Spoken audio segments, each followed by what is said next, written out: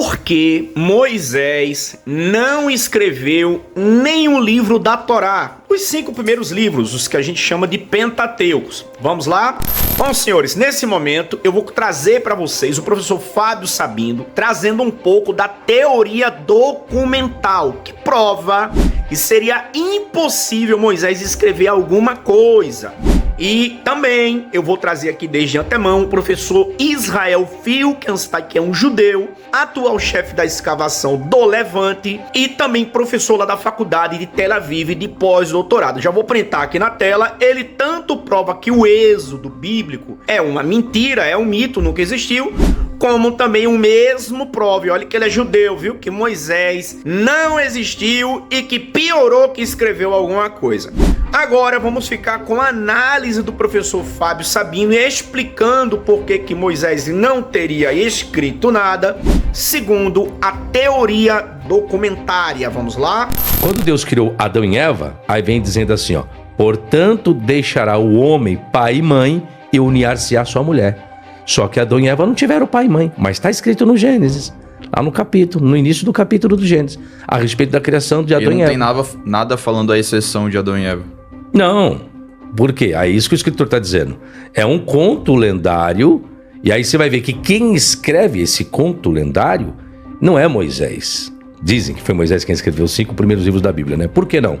Porque Moisés não está no período ao qual os casais deixavam seus lares dos respectivos pais. Esse costume vai adentrar lá no período de Boaz, porque Moisés ele vive debaixo do lado do seu sogro. Período de Boaz? É, de Boaz lá do período de Davi, lá de Ruth. Dali que adentra o costume dos casais saírem dos lares dos pais. Se não foi Moisés, então quem escreveu? Não dá para saber quem escreveu. Você coloca que foram escolas, grupos de pessoas. Existe uma teoria chamada teoria documentária, que na verdade os livros da Bíblia foram escritos por grupos de pessoas. Esses grupos, um chamado eloísta, sacerdotal, deuteronomista e javista. E as historicidades se veem, a eloísta e javista, pelos vocábulos hebraicos inseridos no livro do Gênesis. Exemplo, no livro do Gênesis você tem a palavra Elohim, que significa deuses, é uma palavra em plural. Singular você tem Eloá, seria Deus. Então ele diz que ali a fonte eloísta, que o capítulo 1 não existe a palavra Senhor, só existe a palavra Deus. E a palavra Deus no português, na nossa Bíblia em português, é a tradução do termo hebraico Elohim, Eloá ou El. A palavra Senhor, na nossa Bíblia, é a tradução do tetagrama, que é o YHWH, que em hebraico é Yud, Re, Vav, Re. Então a palavra Senhor é a tradução.